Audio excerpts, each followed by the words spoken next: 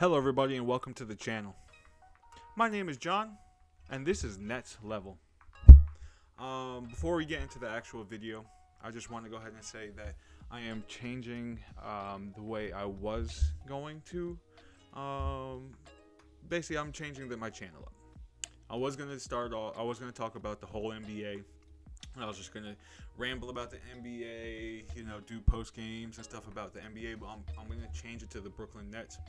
I have a real big passion for the Brooklyn Nets, and I just want to go ahead and change it to just the Brooklyn Nets channel for right now, as it's a better time served for myself, as I'm not really able to lock into all the games, especially West Coast games. I'm not really able to lock into West Coast games too often. So as far as the Nets go, I do basically what I want to do is I want to do some pre-games, I want to do some post-games. For the most part, post-games will most likely come out the very next day, like it is going to be today, and the pre-games will come in before the actual games start. It's pretty much just going to be randomness, the pre-game I'll be talking about what my favorite matchup is. The post-games I'm going to be talking about, different things like the actual game that just happened.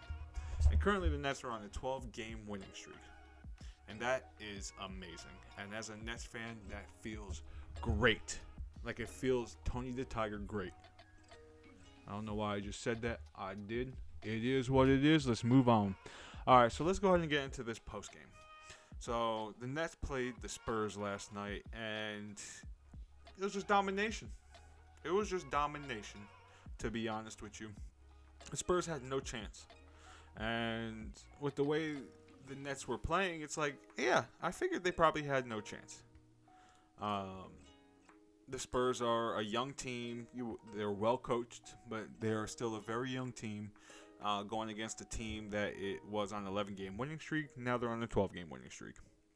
And the Nets have been they've been bodying other teams, to be honest with you.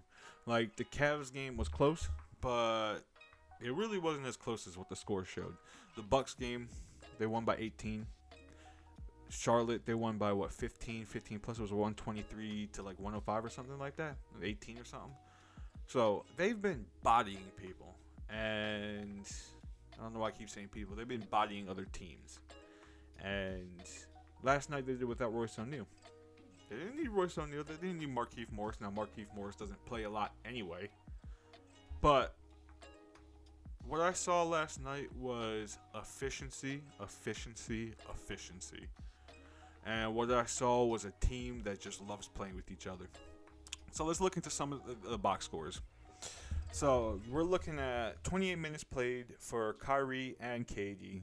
KD shot 10 for 14, 0 for 1 from 3, 5 for 5 from the free throw line. He had 11 assists. He had 3 steals, 1 block, 2 turnovers, and 25 points with a plus 21.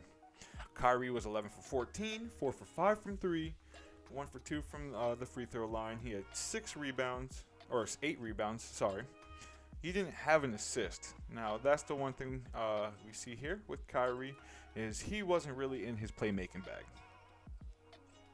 Kyrie was electrifying, just scoring the ball with his efficiency. And there's one play I'm definitely going to show, a 2-minute highlight video. Kyrie made the bench go crazy, and when I saw it live, I went crazy. I know all you Nets fans went crazy too when he did that putback dunk that you're going to be seeing in a second. But the efficiency was crazy, because it's not even just KD and Kyrie. You're looking at Seth Curry, who went 6 for 12, 4 for 7 from 3, 571 from 3, off of 7 attempts. He has 16 points. You're looking at 18 from TJ. TJ has been great. TJ has been amazing addition to this team. He comes off the bench and he's just a bucket. He's just a bucket. Bro is a bucket. And I appreciate it. It's I don't know if we're going to be able to retain TJ in the offseason, but for right now, we got him.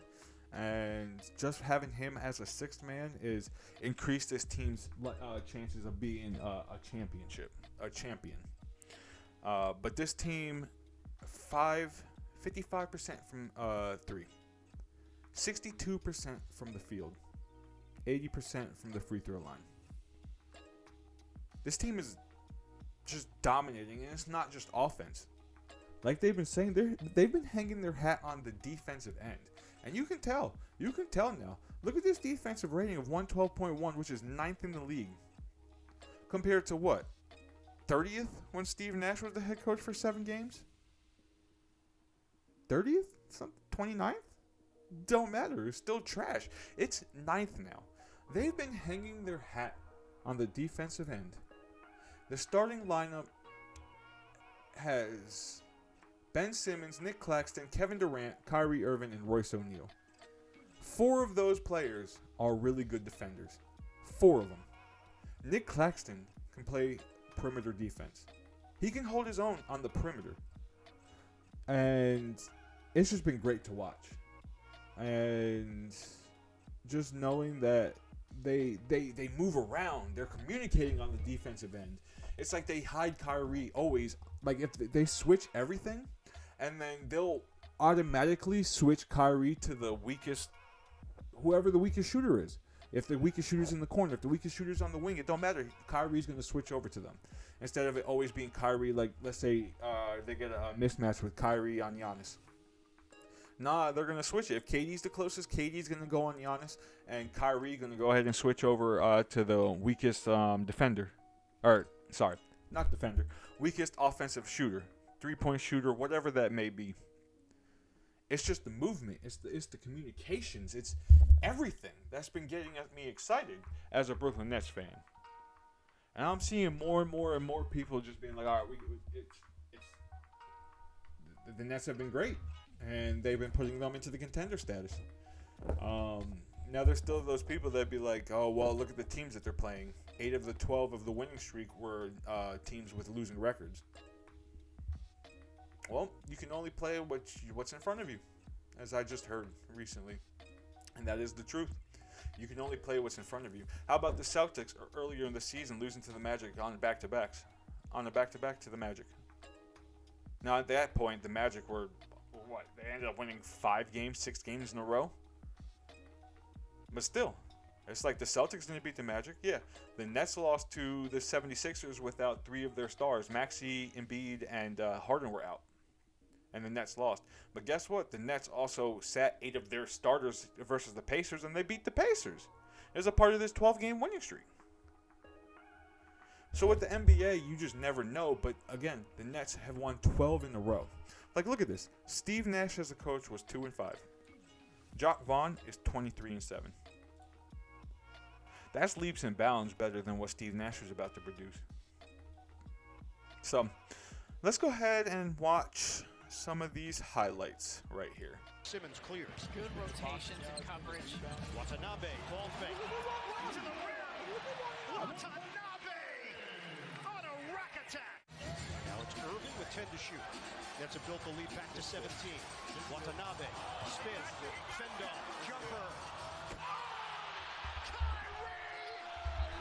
I did the same thing they did. When that game, Kyrie Irving just I remember my girlfriend was sitting back here on the down bench. here in Brooklyn. My goodness, look at that I bench. got up just like everybody on the bench. I know everybody. I'm not sure this crowd is going to recover. I did not expect that.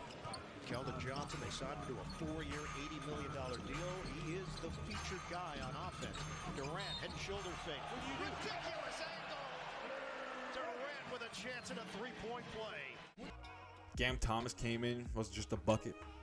And I know why Cam Thomas doesn't play a lot, because Cam Thomas doesn't play. He's still young and he's still learning, and he takes these wild shots, like wild shots. And I feel like Cam Thomas, he'll definitely be a really, really good NBA player. But right now, with this team having championship aspirations, it's very tough. It's very tough to put him in the game. But look at the offensive rating from last night, 133. That's crazy. The Spurs were 98.5.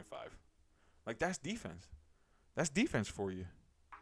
Yeah, the Nets out rebounded the Spurs, but the Spurs out offensive rebounded. That's the one thing with the Nets I still notice is that they still get out offensive rebounded. They're like still one of the worst teams about the offensive rebounding. But I realize they don't care about getting offensive rebounds. The Nets just go back. Just go back. They may have, one person like Kyrie Irving when on the Utah shot where he went in for that tip dunk. Sometimes, it happens. But they don't really go for offensive rebounds like that. Most of their offensive rebounds comes from like long tip outs or Ben Simmons. Ben Simmons is really good with being down low, tipping the ball out to somebody on the perimeter.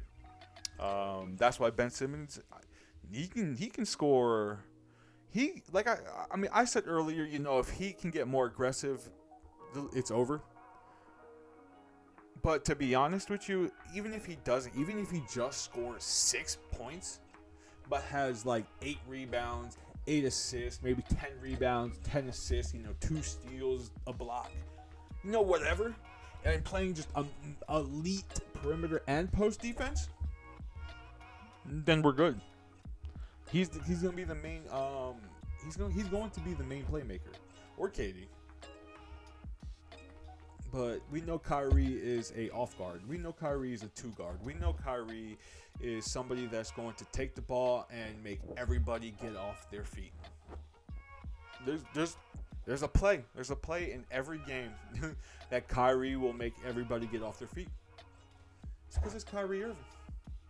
And he's bought in. And he's bought in to this man right here, Jacques Vaughn. He's bought in. Jacques Vaughn's got everybody bought in. Look at them. They're plus 4.4 net rating. They're third. They were getting blown out in the beginning of the season. I guarantee you that was like 29th or 30th. But now they're third. This is the one of the best feelings I've had as a Nets fan. Last year, never had this feeling. Because remember, last year at this time, they were losing. They were essentially losing every game. KD was out, and they were losing every game. Now, they're winning every game. And yes, it helps that that they're healthy. They might have like a role player here or there sit out. Like Royce last night, it was Joe 4 nights before, it was Seth. It's going to happen. It's the NBA. They're going to sit out. It's cool. I'm cool. But the fact that KD and Kyrie have been playing lights out ball, 50, 40, 90, both of them. What do you do? What do you do when both your stars are in the bag like that? Well, let's look at one last thing, and we'll end this Brooklyn Nets postgame. Let's just look at some of our next upcoming teams. This game, the Bulls. The Bulls, I'm a little nervous about the Bulls. I'm not that nervous about the Bulls. But see, unlike the Spurs, the Hornets, this really feels like a trap game. Because it's a team that's under what the Nets are. But the Bulls, I think I heard the Bulls were like really good versus good teams. And they're sort of bad versus bad teams. Opposite of what they were last year. But this could be a game that they maybe don't play with, as much energy as they might play as the Pels or, the Boston game coming up. But with the way they're playing, to be honest with you, that should be an easy dub, hopefully, as long as they don't come out lackadaisical.